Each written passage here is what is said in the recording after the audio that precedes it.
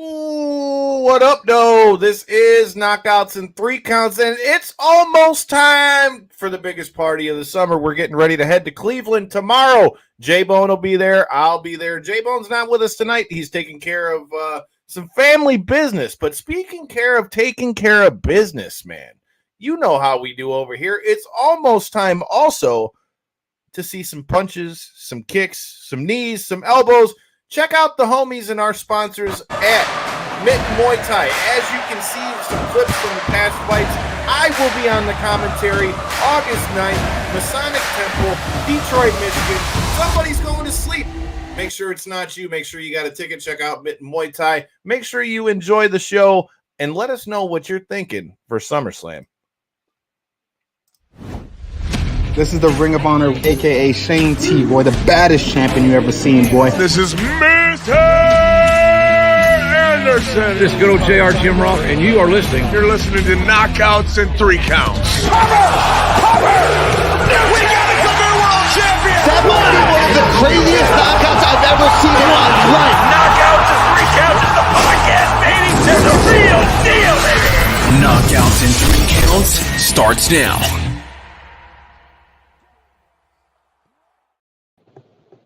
What up, though? Always a pleasure to have the homie Rob from Bob Culture Podcast getting ready to make his way down to Cleveland as well, brother man. We appreciate the time. How you doing on a Tuesday? I'm good, man. Good to be with you, man. Busy weekend coming up, man. We were just talking about it. First of all, awesome to talk to you again, but doing some stuff with commentary now for the fights. We were just talking about you did some judging for the fights as well, man. That's legit, man. I mean, someone's dub or L, kind of depends on you, man. That's a big deal, and you should be very proud of yourself, man. That's really cool. I mean, it was a dope opportunity, first of all, and now, kind of crosses off. I was talking about this with past guests of the show and NWA Star, our guy Bulletproof Troop, right before I jumped on here. But, yeah, dude, it's kind of funny that now, crosses off the last thing of the MMA bubble for me. I've done fighting, I've done commentary, I've done post-fight interviews, I've done press conferences. Now I've judged a fight. I've done all the parts that there are to a fight. So it was quite the experience. Shout out to Clip Promotions and Carlos Linas and Bruce Strunk for having me down there. And then I got to cover the Clarissa Shields fight, which I'm sure a lot of you guys who are watching this might have been tuning in from that. Make sure you check out our pre and post-fight press conference coverage from Knockouts and 3 Counts on all the socials and all that stuff. We appreciate all of y'all that are joining the stream. If you guys are watching SummerSlam, let us know in the comments what matches you're looking forward to most. But, man, it's been a minute since we've had you on the show. What's new on the Bob Culture Podcast, bro? I appreciate that, man. Shameless promo. And I forgot. I should have said, what up, though? See, I'm learning. Yeah, remembering a little bit of Detroit stuff. I like it. I'm from New Jersey, but I feel like I'm saying that out of respect. Out of respect to you over there. I appreciate it. Doing lots over on BCP Plus, shameless promo, bcp-plus.com. Throwing up a lot of interviews. We've actually been shooting a lot of concerts lately. Just shot Yellow Card, Third Eye Blind. We'll be covering some more GCW coming up. Obviously, we'll be covering some SummerSlam. Shit. Wait, what? The Third Eye Blind? No, the Yellow Card. That's one for you. Shit. Hey, man, I seen them play Ocean Avenue on Ocean Avenue. So, what's better than that? But we're making some moves. We covered the UFL whole season, trying to make some moves into shout out to the Michigan Panthers. I had one of the original Michigan Panthers' biggest stars. I was in Top Dog. Shout out to. No way. Yeah, man. That's so cool. That's epic, bro.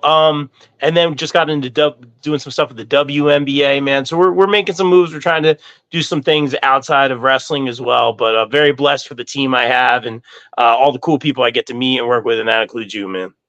Hey, man, likewise. It's dope that we got to, link up the first time, in person at the Survivor Series press conference, which you can go back and look at my ugly mug as I try to talk to Gunther on Peacock. But, dude, like I said, that's been one of the coolest parts to doing this show and getting to do the, all the things that we do is a lot of the things are just the people that you meet. I'm going to SummerSlam this weekend, but J-Bone, my co-host, will be there. Oh, cool. I want to meet him. Hell yeah. J-Bone, when you hear this, you got to come link up with me and Rob at some point. I'm a fan. I'm a fan. Yeah, man. Shout out to the J-Bone Show. Check him out on Radio Cobra Detroit. But yeah, man, he'll be down there, but I'll be there with my guy Megaran. Will be there with me. Marcos will be there. He's covering the presser and all that. Lucky son of a bitch. Who'd you pay off for that one? But anyway, my guy Marcos is going. We got Cassidy from Body Slam. That's the thing. You meet so many people along this. You meet so many people along this journey, and it's dope. Shout out to everybody in the comments. I like it, letting us know what matches they're looking for. Mommy versus Liv, hands down. I cannot wait for Braun Breaker to become Intercontinental Champion. I'm not mad at that either. Rob, let me ask you, and be a good host and a good, have good manners. What match do you think, what story, I should say, do you feel like going into SummerSlam has got you most intrigued? Oh, it's a toss-up. And I love that the question is, what's the story? Because we're so invested in these long-term stories. That's always been something that I've really been a fan of, going back to Johnny and Ciampa back in Black and Gold. I really like the long-term storytelling, not just these feuds, but these long-term stories with Easter eggs and twists and turns and a little bit of that soap opera, especially what we're seeing right now with Liv and Rhea. And that's super exciting. And as you saw in your comments here, a lot of the fans are most excited for that one. And for me, it's a toss-up between that and then the Seth Rollins special guest referee between Drew and Punk, because Seth coming out and basically saying, maybe there'll be a count out, maybe it'll go to 100, maybe it'll go to 10. Disqualification, we'll see. He's kind of using his discretion, which I think is really, really fun because he hates both those guys. To me, it's who does Seth hate more? A lot of people say it's Punk, but Seth's in a position right now where he can just really have anything he wants. Will he call it down the middle? Will he have some fun with this? What's going to happen here? So it's between that match with Seth as the ref, and then there's just been such good storytelling and little Easter eggs. We could talk about the room key with Finn Balor, the little things like that. With hot take, it's going to end up in a DQ and then a triple threat at Bad Blood. That makes sense. That makes a lot of sense. Very, very interesting. Shout out to I'm going to say Queen Bree and the Wrestle Talk Wolfpack over there. Go ahead. My final answer on that, and that's a really good point. I'm going to go with between Drew and Punk because it's been so captivating, but Rhea and Liv is right up there. Right up there. Oh, dude. So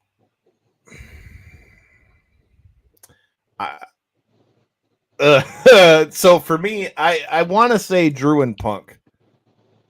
My gut says I want to say Drew and Punk, but dude, the story and all that with Liv and Dom and Rhea and the way that they played that whole deal and the Daddy Dom stuff and the video that they played on Raw on Monday with her just being so like distraught over Dom going back with Rhea. I don't know, man. It's kind of hard to go against that one, but I don't know about you, but I mean, since we're saying it, you said, so I chose Liv and Rhea. You chose which one was your favorite? You said I'm thinking I'm most invested story-wise in Drew versus Punk with Seth as a special guest referee. All right. I say Liv and Rhea. We'll save that one for last. So let's start with your pick. So let's talk CM Punk versus Drew McIntyre. Tell me how you're feeling about this story and the way it's had its ebbs and flows and all those things since we've ring the bell. We've been there at Royal Rumble. We were there at WrestleMania, and now we're getting another installment of it here now that Punk's back. What are your thoughts on Drew McIntyre and CM Punk and then the ride they've taken us on to get there? I think it's been a great ride. There's been talk about this and just on the interwebs, nothing official, about maybe this should be the main event. I'm not saying it should be, but the fact that there's a discussion about it shows how long this has played out. Don't forget, Punk has been on the bench for most of this, and still it's been brilliant between the social media, the trolling, the jabs, the promos, everything going on. Kyle, I told you before, bro, I'm notoriously not a CM Punk guy, but everything he's done. I remember this. Yeah, just because this is before he's running WWE and stuff like that. A lot of people have heard, or that have worked with him have said like he just rubbed him the wrong way. I've gone to events and people behind me go, he's a real piece of work. And I'm like, what are you talking about? Oh, I used to work with him. And so this is just what I hear. I don't know the guy. I'm not trying to knock him. This is just, from experience, from what I've heard with people that have worked with him. And that being said, he seems to have really just come a long way. He seems to be living his best life and trying to help a lot of the younger talent. Seems a little bit more positive, really, maybe somewhat changing his ways, but at the same time being true to himself. Punk has always been captivating. Even though I'm not a Punk fan per se, he's always been very captivating. He's always been brilliant. He's always been against the grain, and I appreciate that. A lot of the stuff he's done, almost everything he's done, has been super interesting. And, you asked me what I was most captivated in. It might be this.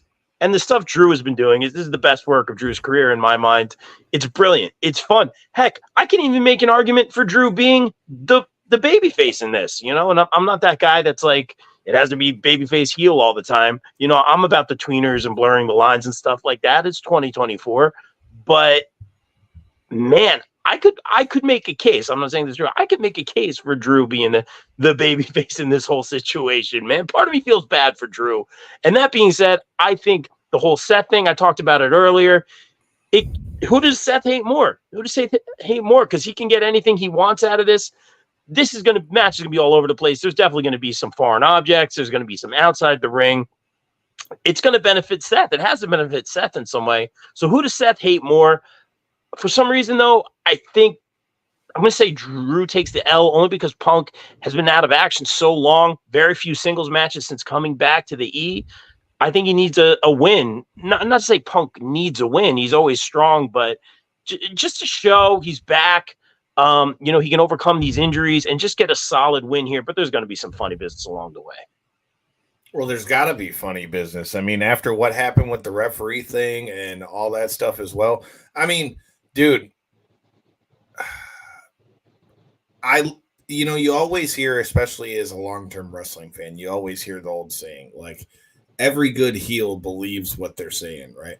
And like you said, when it comes to Drew, I mean, he really did get screwed. And if you really think about, him not really getting to have his run as champion because of pandemic and all that stuff as well. Like, I mean, this guy's kind of gotten the short end of the stick now on like multiple parts of this. And obviously Punk has screwed him at like multiple, facets along the way, whether it be Money in the Bank, whether it be, what happened at WrestleMania. I agree with you. I feel like Drew needs to get this win, but I feel like Punk is going to get this win, being the fact that he's been on the shelf for so long. But I feel like in whatever way it happens, I mean, I really could. You know what? Fuck it. I take that back. I was gonna say that I think Punk wins this match, but I'm going with Bree on this one. I feel like that this has got to end in some kind of clusterfuck. I feel like we're headed for something with Punk, Drew, and Seth. Now, there's a flip to that where maybe Drew gets the win, and Punk and Seth go off and do their thing, but I think we're going to get a triple threat out of this before we get anywhere, especially being the fact that you still got Bad Blood. You've got, you got Survivor Series coming up. I think this one's going to end up in some kind of funny business. I agree with Bree. Let's see what we got in the comments. If it doesn't end in DQ, Punk's going to win. We get a crazier Drew. If we get a crazier Drew, I just want him to go back to the Broken Dreams theme song, and then we'll be all right. Like, all will be right in the world. How they didn't do that, I don't know yet, because that song was dope. I love that song. Dude, I was such a fan of a lot of the... Dude, I was just banging... I just saw Zach Gowen at a show. Shout out to Zach Gowen. And I was listening to his old Seether song. So that tells you how far back I go in some of these songs half the time. So, all right. You picked the first match. I will go with the next one. I said we were going to save... Rhea and Liv for last. So let's see what we got here. All right. Damn. So we got 2 championships, that one. All right. We'll go. Since it was brought up in the comments, I'll go with that one next. Joey brought it up in the comments. He said he can't wait for Braun Breaker to become Intercontinental Champion. What are your thoughts on Braun Breaker versus Sami Zayn again? Do you want to see this again? Did you see enough of it on the last one? How are you feeling? I'm surprised to see the rematch here, but also I don't want to say surprised, but it was interesting to see Sammy come out on top on the last one. Yes, we know Sammy beat Gunther after that historic reign. And Sammy comes out and beats Braun Breaker here as well. And we see what Breaker's been doing, cutting people in half. That crazy Breakensteiner, whatever they're calling it, off the top rope is insane. His in-ring acumen is just getting better and better by the match, by the moment. It's been fantastic. Him on the mic, but he's killing it in the ring, and I'm sure he'll only grow and get better on the mic. That being said, Sammy beat him. Sammy did a post-match interview saying, hey, a lot of people are surprised that I won. And I'll be honest, I was surprised, but Sammy's like, I'm here to defend this thing. I'm here to fight. And I love it. But the fact that they're running it back tells me everything I need to know. I think right now, Breaker's got that jetpack on him, that proverbial jetpack, and he walks out of here, the Intercontinental Champion, clean. I can't argue with that, dude. Braun Breaker is a savage to watch. And that guy's like breakout speed. You talked about you guys covering the UFL. I mean, good God. The way that guy takes off down the ramp and takes off for that spear like that is just, I don't want to be on the receiving end of that shit. And that proves Sami Zayn's toughness on this one. I feel like Sammy's had a great run as champion, but I think, like you said, I think it's inevitable that that's kind of where we're going. I tend to go with you. I think Braun Breaker is going to win. I think he's going to hold on to that belt for a while. And, it's total sidebar, but I like the fact that the Intercontinental title is starting to get like longer reigns again. So like that it means something. I mean, obviously, shout out to Gunther. We said on the show multiple times that I feel like once he lost that title, he was headed for the world title, and look where he's headed now with him and Damian Priest. But I like when the mid-card titles have meaning like that, and I feel like a guy like Braun Breaker kind of can help restore that thought of, back in the day when you used to see the Intercontinental Championship, they always looked at it as like you're the next man up. I feel like a guy like Breaker having that title, I think you and I both, and whoever's watching this, feel free to chime in the comments. I feel like Braun is the perfect guy to kind of replace that thought of like this guy's next up. Like when this guy does drop this title, he's headed towards the world title. We've already seen him win the NXT championship and all that stuff. I think Braun Breaker captures his first title on the main roster at SummerSlam. I think that's the way to go. Breeze chiming in. I just want Braun to come out with Steiner's Michigan gear to mess with the crowd. Please do that. I want that 100. Let's do that. Especially being a Michigan guy. We got a thing that we call those Buckeyes. We call them fuck eyes over here. But that's a story for another. That's a story for another time. I'm with that. Let's see him bring out the old school Steiner singlet. I'm with it. Rob, that makes you next up. What match we covered? Let's go with. I don't want to go to the main, but you know what? I got one word for you. Yeah, we're gonna do LA Knight versus Logan Paul for that United States Championship, and I'm just gonna keep it short and sweet, man. LA Knight. He's been eyeing to get some gold in WWE. Logan Paul's been keeping that United States Championship warm for LA Knight, for a better part of a year now? I mean, this is the time. It's going to happen in Cleveland. Is this my lock of the night?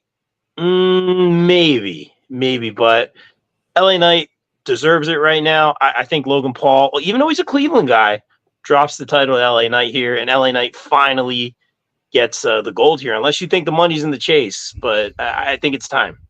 Nah, I think LA Knight's got to win this one. I definitely think LA Knight's got to win this one. I feel like for him to stay as hot as he has through, all this stuff, and let's be honest, WWE's kind of heated him up, cooled him down, heated him up, cooled him down.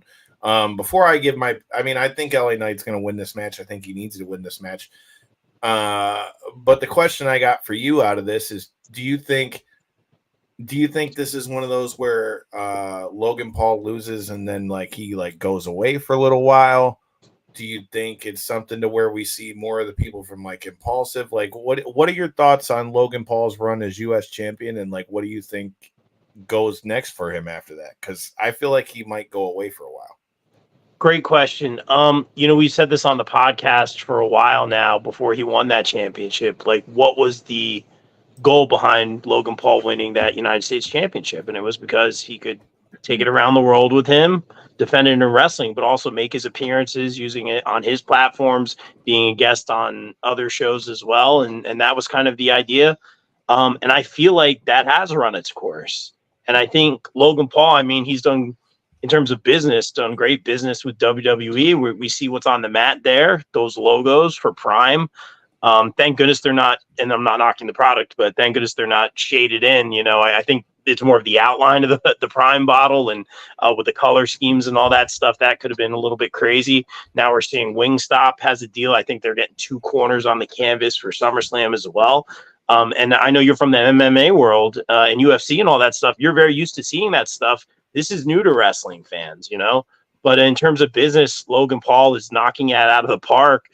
He doesn't need to get in the ring for a while. I'm not saying he's necessarily going to go away, but I think we see him much less, maybe Survivor Series, maybe Rumble, maybe here or there. The guy can host stuff. The guy is a businessman. I'm talking just purely in terms of business and his in-ring acumen. Is a freak athlete. But I think and a lot of times you see when major titles change it, that people kind of go away for a while. Roman Reigns, for example, we're seeing that going on with him. Will he come back at SummerSlam? There's a lot of speculation for that as well. A lot of people invested in that story. That being said, though, I think obviously LA Knight wins the championship here. And I think you have a good point saying Logan Paul might kind of fade into the background or the back burner a little bit. We'll put it that way. Philly B is coming in hot in the comments over here because he's got a damn good point. We're in Ohio, though. And that's Paul country. Even though they both say they're from Puerto Rico now, they're from Cleveland. So, I don't know. That's interesting. Plus, let's not forget, I mean, this could totally be sidebar with this match, but remember, The Miz is the host for the SummerSlam. The Miz and Logan Paul have their history, too. So it'd be interesting to see what happens. I wonder if we see a Jake Paul sighting after all this, especially after him just having the fight with Mike Perry. But if I'm picking, I'm going LA Knight. But man, Philly B, you just made me fucking think about that shit. So you're not wrong. Do we see Gargano in some form or fashion on this pay-per-view? It's not announced. I know SmackDown's tomorrow night. I hope so. Yeah. For the people of Cleveland, I know his dad's restaurant just burned down, unfortunately. But he's been doing media for this thing for months now, So obviously SmackDown's tomorrow. They are the tag team champions. So maybe even a pre-show spot or something like that. I think the pre-show is going to be 3 hours, something like that. When are they supposed to face the Bloodline for the tag titles? I don't think it said when, and I think we have more information on that tomorrow. And that's a scary matchup, man. I don't know, man. I don't know how good it's looking for DIY right now. I'm not going to hold you up, bro. I like Johnny Gargano, and Ciampa is a cool-ass dude, too. I've met both of them, but... Good dudes, yeah. I'm be honest with you. I think the Bloodline is taking them belts off of them. I mean, look, they might get a match. They might I feel like they're going to put this on SummerSlam so that they can have a match, in Cleveland. But I think that the Bloodline is taking those titles off there. I think Solo and the New Look Bloodline are going to try to like rebuild, especially with as much as they've like harped on the fact that, especially with how much they've harped on the fact of, like Roman losing the titles and how much Solo keeps bringing that up. I just feel like they're going to start to build that up, and that'll lead into like, I feel like we're going to have a reformation of like Bloodline A versus Bloodline B. I feel like, I feel like they're going to win the tag titles, and then you're going to eventually see, the Usos come back around. I think Solo and them are going to start to collect titles and then get a little too big for their britches, and then we'll see Roman and the Usos come back. Now, that said, I could see the same combo that I just said with the Roman and the Usos being like, nah, y'all aren't taking the tag titles like that. Philly B coming in again. I think Jimmy could show up at the end of SmackDown. Yeah, you're not wrong. I've heard he's been cleared for a while, so I could see that. I'll say SummerSlam he pops up, but I think that's a great observation. Philly B's always coming in hot with that kind of stuff. All right, I guess that makes it my pick. So the last match was we talked the United States Championship match on that one. I said I was going to save Liv and them for the end. Let's go with the other women's championship match. What are your thoughts on Queen Nia and what we've seen with her and Tiffany Stratton? And how do you think this is going to go? Do you think Nia is going to be able to complete the deal and take the belt off of Bayley? I'm going to say yes for Nia. Because she deserves it. Ever since coming back, they have used her absolutely perfectly. Absolutely perfectly. A heavy favorite in the Royal Rumble. A big bad. I don't want to say final boss because that's the Rock's thing. But for the women, it works. Yeah, right. A big time boss on the women's side, obviously, Queen of the Ring. I love that choice. Having the match with Rhea Ripley, a great match with Rhea Ripley in Australia. I think she has some Australian heritage as well. I think you got to speak with her as well. We got to speak with her at the Royal Rumble. And she talked a lot about representation and all these ladies of different shapes and culture and sizes coming through NXT and how proud she was to kind of pave the way for that. I have nothing but good things to say about Nia Jax and her getting this opportunity. And I think, does she do it clean? Ish. I'll say ish because I don't think Tiffy is accompanying her to the ring. I don't think Tiffy is on the graphic, but Tiffy is Miss Money in the Bank. A lot of people saying, hey, maybe a cash in here. I don't think it's going to happen here. I think Nia wins. I think you're going to have that awkward tension where Tiffy's just kind of rolling with her. We need to see that upgraded Money in the Bank. Is it going to be the Prada bag Money in the Bank? They still haven't revealed. She's got to have a new Money in the Bank for and sure. Then you got to sell it on WWEshop.com. You got to make them dollars, bro. If it makes dollars, it makes sense. I was literally just going to say that. And I feel like I'm totally disrespecting Bayley here. She's done such a great job. Great match at Mania. The way she's reinvented herself several times over, and she's still just a great baby face. I particularly love her in the press conferences where she just says how much this means to her, and everyone's been really supportive, and how much winning the Rumble and all that stuff has meant to her. So I'm not saying she deserves to lose the title here, but it just all so perfect for Nia to win here. I'm going to go Nia Jax, but I do not see a cash-in in this event. I don't think there's going to be a cash-in either, but I feel like somehow Tiffany's going to be like – I feel like Tiffany's going to be involved in this some way or another. I keep going back and forth to who I think is going to win. Part of me feels like it's too early for somebody like Bayley to win the title. I feel like, especially with the fact that Tiffany and Nia already kind of have like that built-in kind of beef a little bit, sort of. If you think about it, like they already have they've been like planting the seeds with where she's like thought she made it look like she was going to cash in, and then, she's helping her out and all this stuff. Something kind of tells me that Bayley's going to win this, but I feel like Tiffany's going to somehow not do it purposely, but I feel like she's going to cost Nia. And then by costing Nia, I think Nia's going to get jealous, and Nia's going to be like, you bitch. Now because of you, I lost my chance, and you still got the Money in the Bank briefcase. And I feel like we can kind of go with that. But I'm not going to lie to you. The thought of Nia winning the title on this one would not be a bad thing to me. I think I agree with you 100%. I was saying it going into the King of the Ring that I thought Nia needed to win this. So I think she was definitely the right pick for that. I think they've booked her well. But I don't know. If I'm going to go a final pick, I think I'm going to go Bayley wins. But I feel like there's going to be some fuckery between Tiffany and Nia. I don't know how that plays out, but I feel like somehow there's going to be some kind of funny business. It's a fair pick. I like it. All right. You're up next. Which one we going with? So far left, we've got Damian Priest and Gunther. You've got Cody Rhodes and Solo, and then you've got Liv and Rhea. Let's go Damian Priest, Monster Factory guy from out here. And Gunther, I'm going to keep it short and sweet, man. And I loved your question to Gunther. I think you asked him about a little bit more of a fighter kind of question, man, which I thought was really cool to bring that to the press conference, man. So great job on that. That being said, Appreciate we all kind of knew he was going to be King of the Ring. Then they added that stipulation that the King of the Ring will get the number one contendership at SummerSlam. Him versus Damian Priest.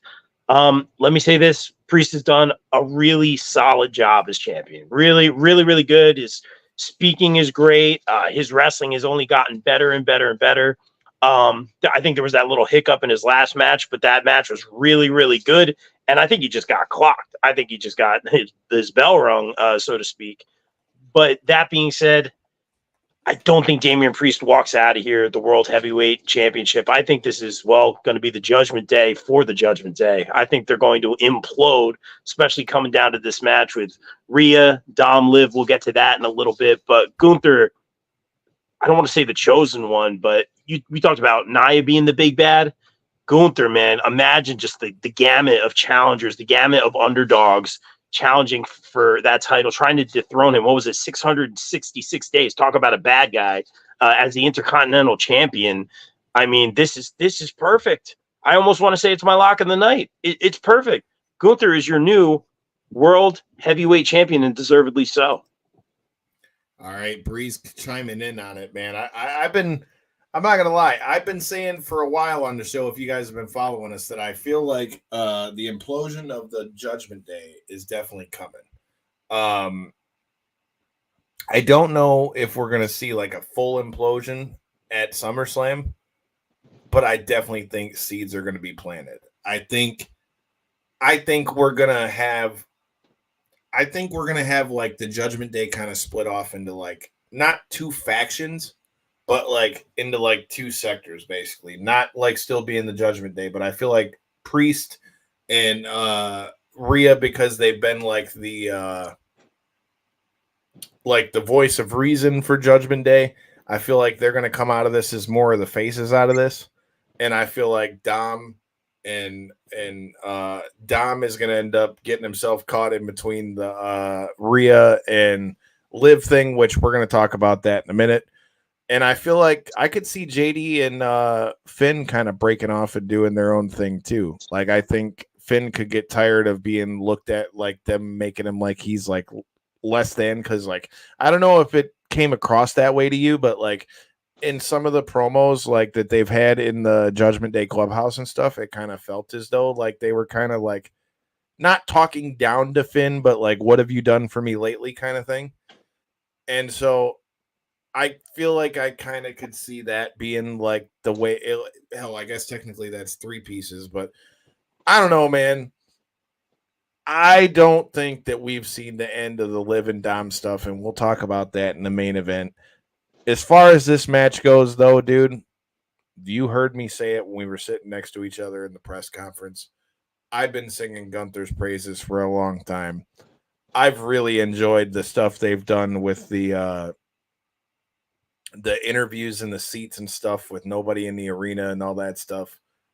I think Gunther's done a lot better job on the mic than what he had been doing, because I think at first he kind of like seemed like he was kind of out of his element, I guess, in a way. Once it got to more of the promo stuff, but I feel like those interview segments that they've been doing on Raw have really kind of helped like spotlight him. And I mean, dude, Gunther's the perfect guy to have the championship. Although it'll be interesting to see if not having the title kind of like really super impacts the breakup of the Judgment Day. Like if they use that as like, oh, you're supposed to be the leader and all this shit, but you don't have a title anymore. You know what I mean? and like it kind of like causing the implosion. So it'll be interesting to see how that plays in. And clearly, other people have got thoughts because people are chiming in over here. You got Gunther's going to win, and this is the start of the downfall of the Judgment Day. If it's not this match, then it's Liv and Rhea match because Finn's going to help Liv in some way too, I think. Then it sets up Damian and Rhea versus Liv and Finn. I thought that too. We'll definitely get to that. And I think Bree's Liv got and something Finn here. though, so Dom is just out of this picture. Wow. It's tough. It's tough. There's a lot of moving parts to that. I'm excited to get to that one. And that's a great theory there, Bree. That is interesting. Shout out to Bree and the Wrestle Talk Wolfpack. Go back and watch the Queen's Court and all their watchbacks of the old wrestling pay-per-views. I've had to put her up on game on a lot of shit with older pay-per-views, so go back and watch those. But I wouldn't be surprised if Damian won and they hold off Gunther to win it.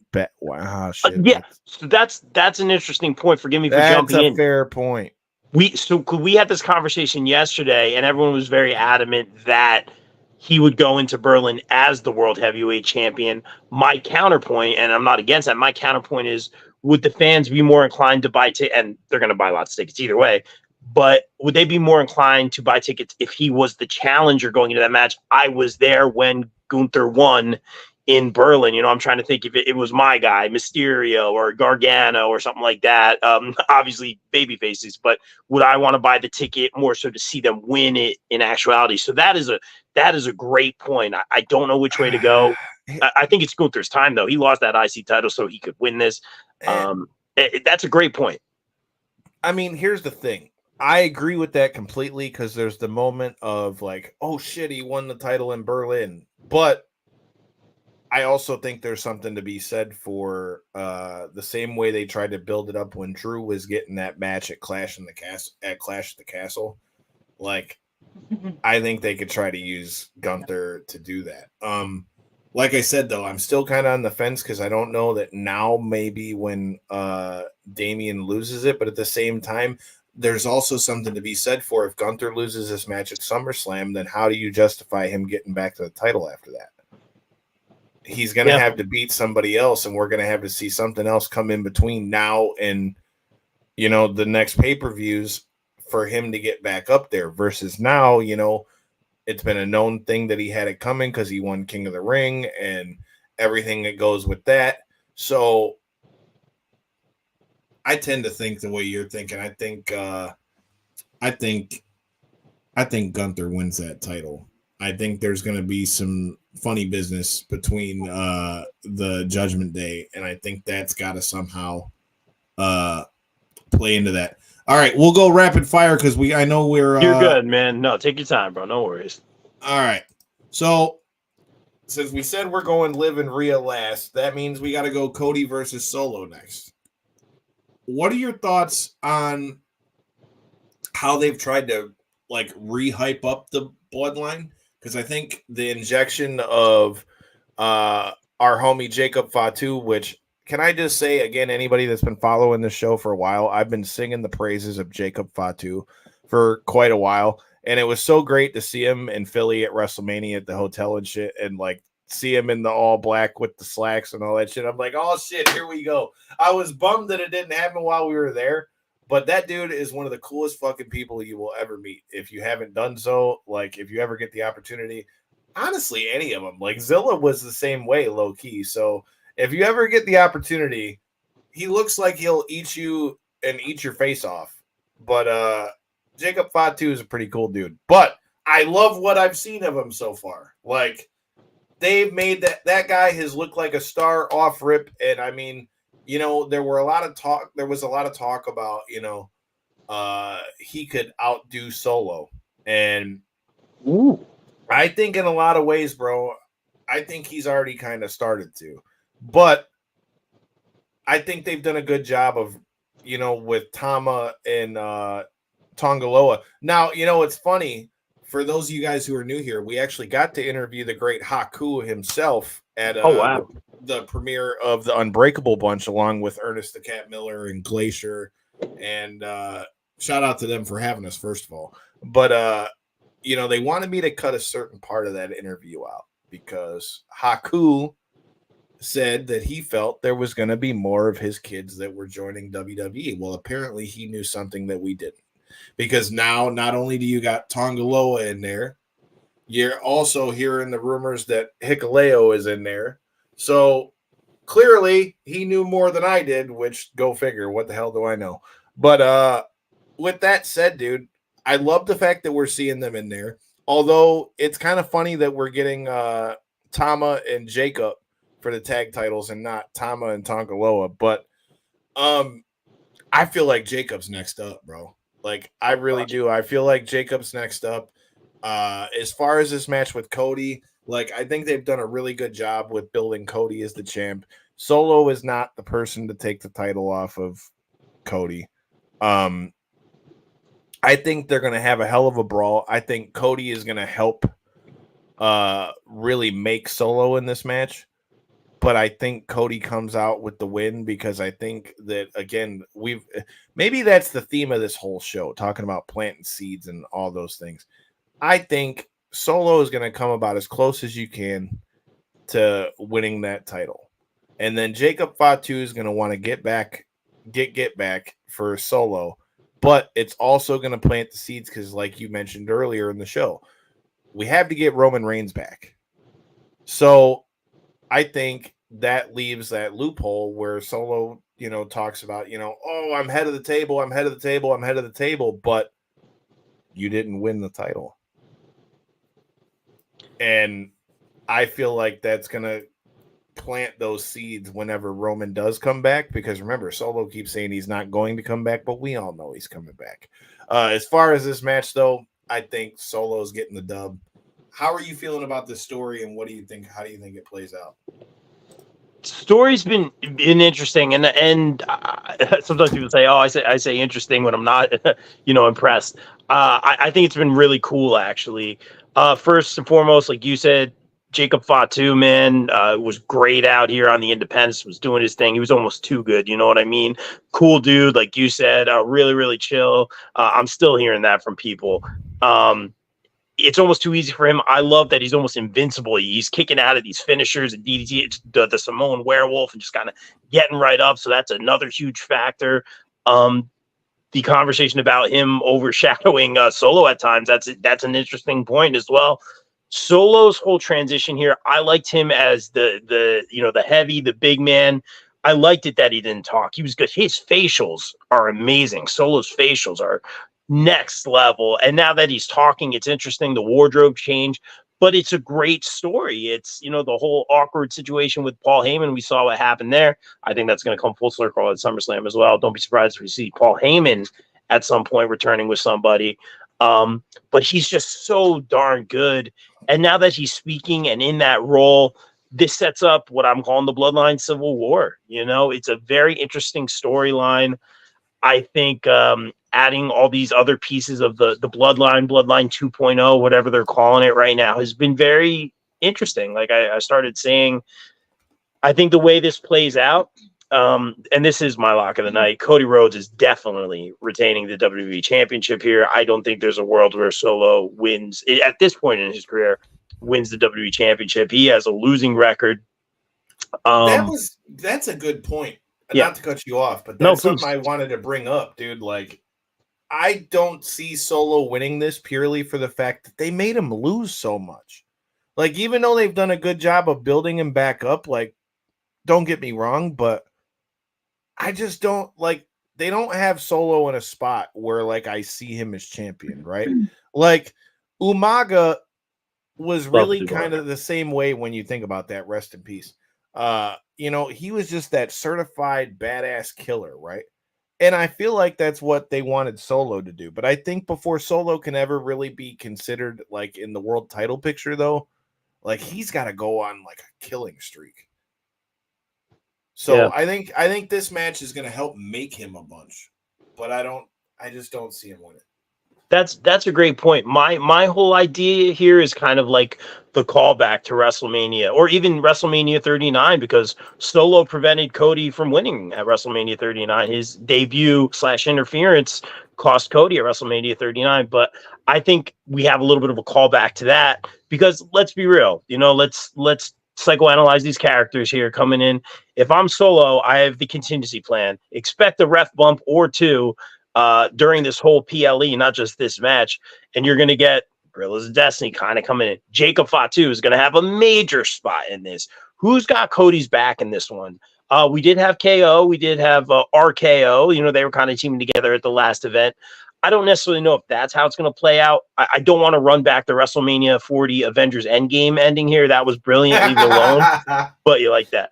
But I think the way this plays out is there's really Cody's kind of on his own, the rep bump, and then he's starting to get that numbers game. And it's that moment of, is Solo going to win this? And are they going to squeak this out? And this is terrible. This is uneven.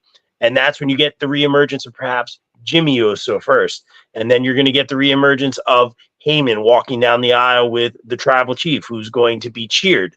And this isn't about the WWE Championship anymore. This is about family. This is about who sits at the head of the table. I've had people on my show saying, heck, even The Rock comes back here. I don't know about all that, but I'm going to say this is Roman. This is where Roman comes back with Heyman, maybe in some sort of neck brace or something like that. Heyman coming back. That's where you get kind of that emotional investment. We're about moments right now. We're about long-term storytelling. We're about full circle things. We saw Heyman go out on that stretcher. We have not heard from Roman since WrestleMania. I think he posted a video the next day. Hey, it's time to get back to work. I think they're kind of, working without the boss here. I don't think Roman appointed Solo nothing. And I think this is going to be very interesting showdown. And that's kind of your cliffhanger going off the air. Cody's going to take advantage of that situation. Crossroads, maybe 2 or 3. Shout out Goldie for taking that awesome Crossroads over on SmackDown. And I think that obviously Cody Rhodes retains here, but this ends in that really awkward cliffhanger bloodline 4v4 standoff. I don't think Jay gets into the equation quite yet, but it's going to be a lot of fun. We're going to see similar things to WrestleMania 39 and 40 with the numbers advantage, but I think this time we get Roman, not necessarily there to help Cody, but inadvertently helping Cody. And that will separate Cody Rhodes from the bloodline for a long time further as we get Bloodline OG versus Bloodline 2.0 moving forward towards Survivor Series. I'll be honest, bro. You listen your thoughts on it's got me kind of wondering, because you're going to Survivor Series next, which they just announced is in Vancouver, British Columbia, which back in Canada. But that being said, it just makes me wonder, right? So you've got Roman to come back, but then you've also got The Rock to come back. And for quite a while, I was so very much thinking that, okay, Survivor Series, we know they got War Games. Somehow we're going to get Bloodline versus Bloodline. But now that leads to beg the question. Do we get, Roman leading the quote-unquote OG Bloodline? And then Solo's running his version of the bloodline, but then how does The Rock factor back into that? So again, just showing why this story is one of the best that you can get. But I think we're both on the same page. I think Cody Rhodes keeps the belt on this one. And that brings us to what I said would be the last match and what I think probably should be the main event, in my opinion, although I think it's going to be Cody and Solo. Dude, Liv versus Rhea has been the best story in WWE right now. With all the twists and turns with Dom and Liv and Rhea and the whole deal. Dom Mysterio is a lucky man, first of all. That said, I don't know, man. Something tells me that Dom's going to fuck Rhea over. It's something about those shorts that Liv was wearing. That's what happened, bro. Something about those shorts has got Dom mesmerized, and something tells me I think even mommy's womanly charm, I don't think is even gonna. I'd swoon dirty Dom on this one. I'm gonna go wild card on this one. I don't know. I think Liv is gonna win this somehow. I feel like this has got to be the last match because put it this way. If Liv wins, it has to be in a scenario where like the different Judgment Day matches happen throughout the show and like dumb shit happens that like plant seeds throughout it. Because if it doesn't happen that way, I think Rhea's definitely going to beat Liv. But if we get a scenario where the Judgment Day matches are kind of like spread out throughout the card, oh boy, I feel like there's going to be some fuckery, dude. But what do you think on this one?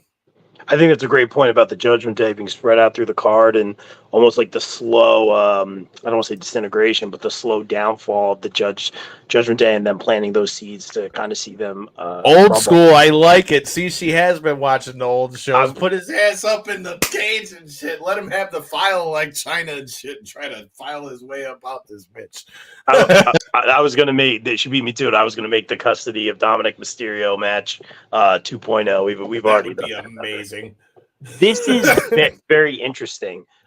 We talked about it earlier, but it's like the Finn Balor of it all, right? You mentioned it. I think Bree mentioned it as well. He's kind of been more in the background now, but don't forget, months ago, he took that room key for Liv. You know, he did that little slip of the hand, took the room key. I didn't forget about that. This was brought to my attention on my show yesterday. I didn't catch that, but I'm loving like the nuances and Easter eggs that we've been seeing a lot lately, whether it be the pictures on the production trucks or something else, something in the background.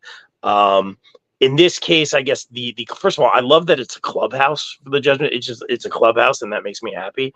But also everything was destroyed in the clubhouse. It was vandalized or whatever, and they're saying all the stuff with Finn wasn't touched, like all of his stuff. So I don't know if that's a red herring or that's something we're paying attention to. I think like Finn's picture or locker wasn't crossed out. I forget what actually it was. So to me, I'm looking at Finn Balor to be a factor here. My original thought is Dom is playing Rhea out. He's going to help Liv retain here. I do think Liv wins, but I think I'm just keeping my eye on the Finn Balor of it all because, like Bree said earlier, it sets up that Finn and Liv versus Rhea and Dom kind of matchup. But here's the thing. See, she said the hotel key too. Funny how the girls picked that out. They're detectives. I'm convinced they're detectives. I love it, and that's the fun of it. It's not even almost about the title anymore. It's Rhea. She's back for her title, but there's so much more going on here. There's so much story you can tell here. Liv has to retain, but where I get confused, there's so many moving parts, which makes it fun. I like it when I'm confused because I just want to watch and see what happens. So say my theory is right. Finn is the one that cost Rhea. You know, Finn is fed up with the Judgment Day, or Finn is fed up with Dom, or he has a personal relationship. It's like the soap opera with Liv Morgan. It's very interesting. My question is, and I'll shout out Matt, who brought this out on our show, the Anti-Smark. He basically said, well, how do you keep the heat on Dom if he's teaming with Rhea? Because the guy can't speak on the microphone. He's getting booed out of the building. Rhea, by default, and the fans always decide, is a baby face. You know, everyone loves Rhea, number one in the PWI 250. Got to shout out the Vicious one, number 185. No big deal. Yeah, but shout out. That being said, you got the heel in Dom and Rhea teaming up if they stay together. And yes, it's worked to this point, but that's something I'm confused about as well. So I'm just going to say, pay attention to Finn Balor in this one. I see some funny business here. I think Liv wins. I'd love to see Rhea come back and get her title back just like that. But it's so much about the soap opera here. It's going to be a lot of fun. Straight like that. That's our SummerSlam preview. I'm ready to get to Cleveland. I'm not going to be at work, and I'm getting paid. It's going to be nice. You know, it's going to be a good day. I don't have to sling the mail. I can I can go do my thing. We're going to have fun in Cleveland. Rob, we got to get into some stuff in Cleveland. Yeah, bro. Let everybody know what you got going down this weekend, and let them know what they got coming on the Bob Culture podcast. And definitely make sure you're following us on all the socials. We'll definitely make sure we link up with Rob in Cleveland. I just want to meet J-Bone, man. That's really what I want to do in Cleveland, man. Everybody wants to meet J-Bone. What is it about DJs, son of a bitch? Yeah. But and then I'm gonna poach him from my show. No, you guys all do a great. I kid. You guys all do a great job, man. It's always good linking up with you. This is how we met. We met in person at Starcast. Now we're doing shows together, man. This is what I love about this crazy circus that we do, man. And I'm very proud of like this next generation of journalists on the come up, man. I think we all do our homework. We're all fans at heart. And I just love the way that we're not spinning stuff and we're not about like this whole dirt sheet agenda. And I'm just very proud of us, man. And we, a lot of times I hear that, people are kind of afraid of people on the up and coming. They don't want you there, man. And I don't know about your experience, man, but everyone has just been so welcoming and so helpful and inviting. And it's been such a positive experience. So I'm looking forward to a lot more of that. We'll see if some opportunities out in Cleveland, man. I'm excited to see you guys. If you want to keep following our content over on bcp-plus.com, as I said earlier, we have our photo gallery of Yellow Card, Third Eye Blind. We have some other concerts coming up as well. Our full UFL coverage. We're covering the WNBA. We're going to see what we can do with the NFL season. I'm aiming high. I know that's going to be a tough mountain to climb, but I'm very excited for that. Lots of Yankees and Mets coverage as well. So check that out. We have our WWE Superstar interviews. Just interviewed Gabby Ortiz from Bell to Bell. So go check that out at bcp-plus.com. Shameless promo. And dude, thanks so much for having me, man. I can't wait to see your face in person.